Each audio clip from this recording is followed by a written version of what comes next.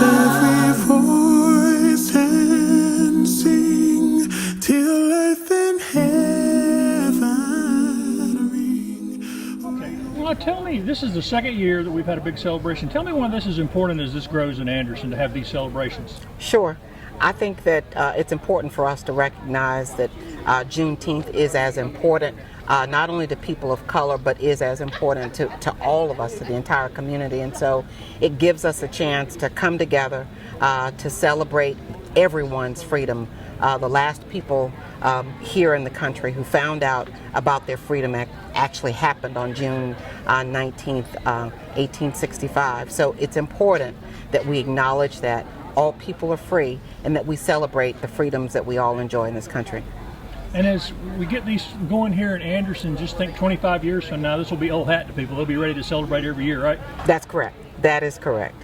So it's important to lay this foundation work here. Sure. I think, as you probably remember, the Anderson Area Remembrance and Reconciliation Initiative is about remembering, not staying stuck in the past and the wrongs of the past, but remembering and moving forward.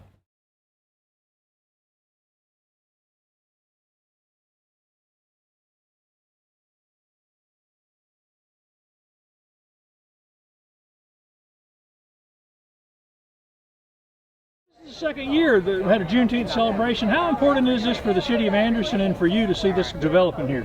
I just think it's a time for reflection, on what's happened in Anderson County. It's a time for remembrance, and also a time for us to come together. Community. That's all it's about. Community partnerships, and here I always say this: strengthening relationships.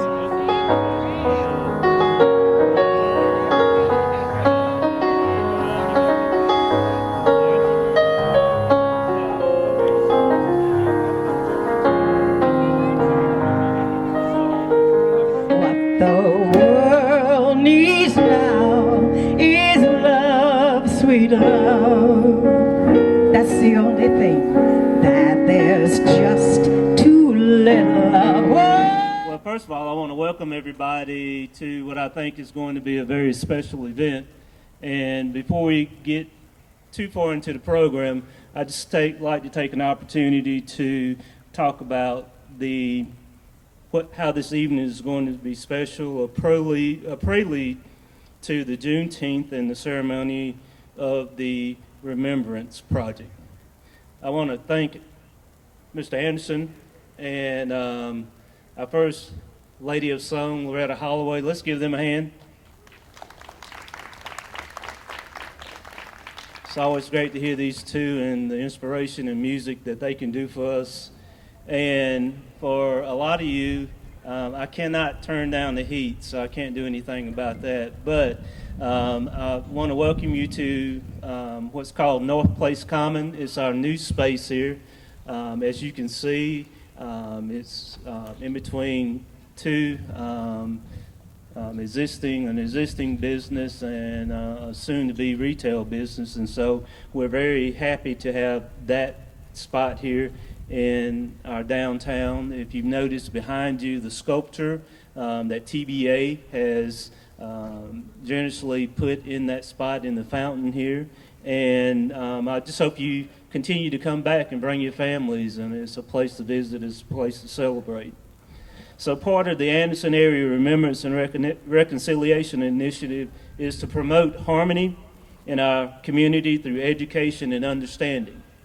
This grassroots project is coordinated by a group of volunteers led under the leadership of Stuart Sprague, and you'll hear a little bit more from Stuart later on in the program.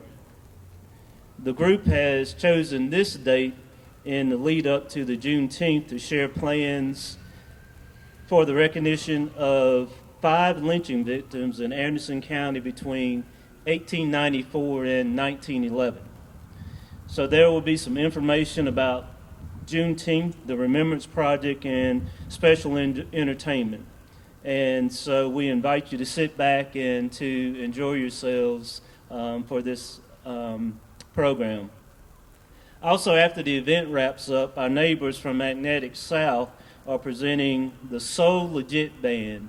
And they're a high-energy band performing Motown and R&B music. So you might want to maybe grab a bite to eat and come back and sit around for that. Eventually the sun will go down, I promise, and it'll get a little cooler.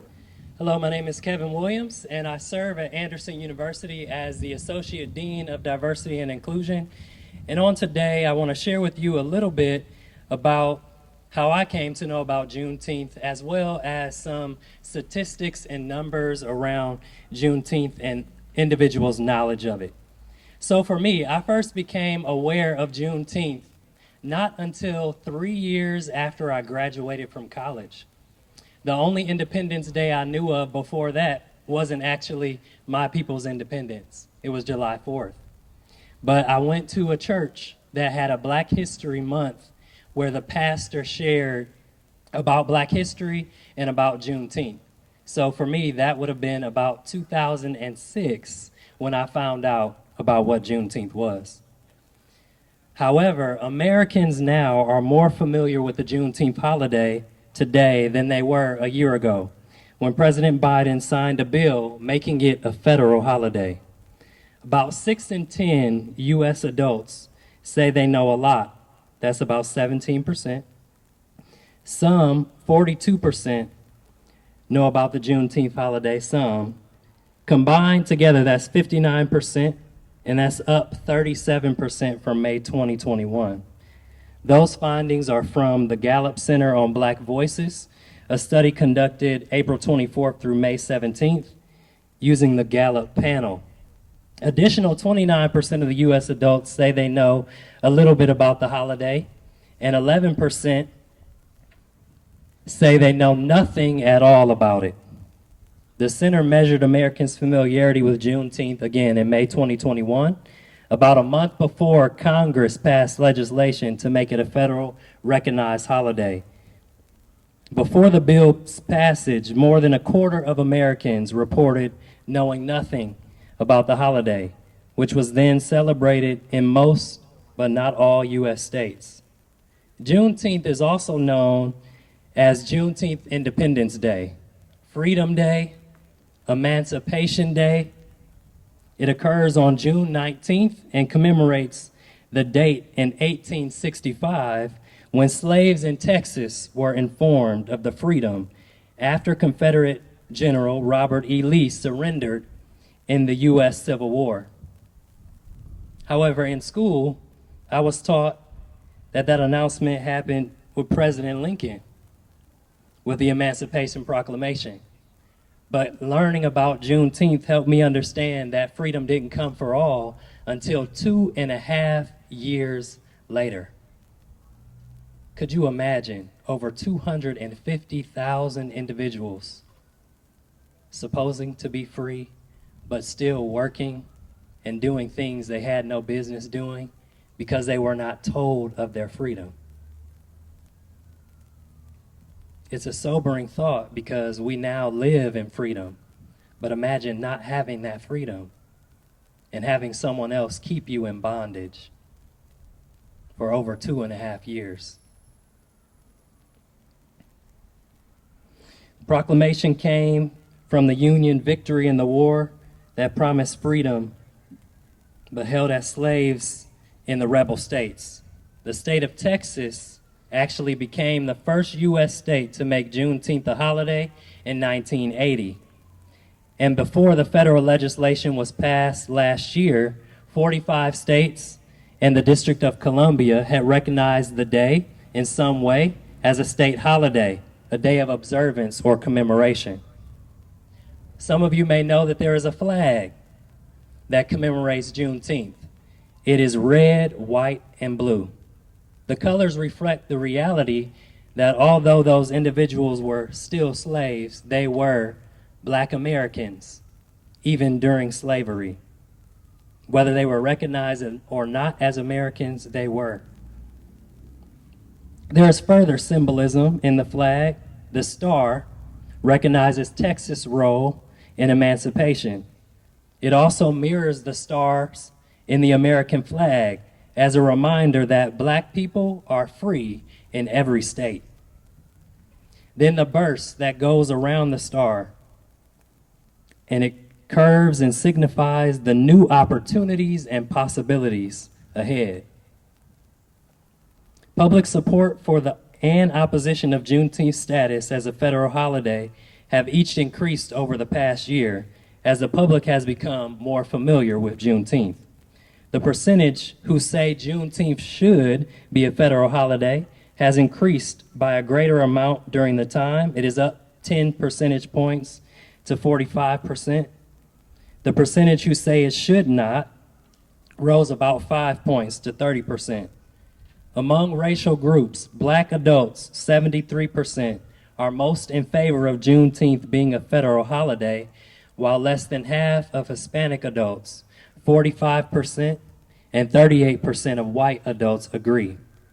Americans now solidify support making Juneteenth a part of history, curriculums in public schools, 63%, up from 49% last year. The increase in support of Juneteenth inclusion in the curriculum has been accompanied by a decrease in the percentage without an opinion, for 35% to 21%. Opposition to its inclusion is 15%, remains similar to what it was in 2021. However, 60% of white and Hispanic adults say Juneteenth should be a part of history curriculums, while much greater, 86%, among Black adults. So as I read those percentages, where would you find yourself? Would you be in favor of this now recognized holiday? Hopefully by being here today, you are signifying that you would be. Are you in favor of it being a part of the curriculum in our schools? Hopefully by being here today, you are in favor of our students and our children learning about this holiday. Regardless, though, of where you find yourself, it is our hope that this event today helps to foster an understanding of the importance of Juneteenth and be a time of reflection and remembrance, as well as reconciliation on what took place. If you're interested in reading more from the perspective of a native of Galveston Island in Texas and how they celebrate Juneteenth, we can provide you with a link to read further articles. You can see me at the first table over here to sign up for a list to get that article as well as other information about Juneteenth. We want to thank you guys for coming today. Let's talk a little bit about this is the second year they've had something downtown at a new space. Why is it important to have this event downtown? First of all, I think this is a very important initiative here in Anderson County, the Anderson Area Remembrance and Reconciliation Initiative. I think it's vital for us to be here in the center of town because it's quite symbolic to be in a city, but not just in the city, but downtown where a lot of decisions are made for the city as well as the county. And I think that it is symbolic, has a great symbolism. Our presence here today, it's symbolic of the fact that Anderson is potentially moving to a place of not only remembrance, but moving and making progress towards reconciliation. And you had on display some of the ashes of the men who were lynched as part of the program. Yeah, what was on display was the soil that we've collected from various locations that were potential places where individuals who were lynched in Anderson County. Oh my God. Chairman of the committee, right? I am. Remind people what the committee's goal is and what y'all been doing. Our goal is to honor the victims of lynching and to begin a community conversation on racial justice that will lead toward what we call or hope for the beloved community. And y'all had some soil out here today from the places where they were lynched? Right. We have collected soil at 4 sites. We're collecting soil at 1 more site, and then we'll have a total of 5. That will become a display of jars of soil at a permanent spot in Anderson. We'll also have a sculpture that we've commissioned that will be on display. And we hope to then have programs of conversation, information, telling people about what happened, but also talking about what we can do in the future. Hey guys, hey, we're going to put a pause or temporarily stop. Maybe everybody take shelter, maybe next door. and hopefully we'll be able to finish. But let's clear the. We're not coming back, okay? Got to clear it apart. Let's go. Lift every voice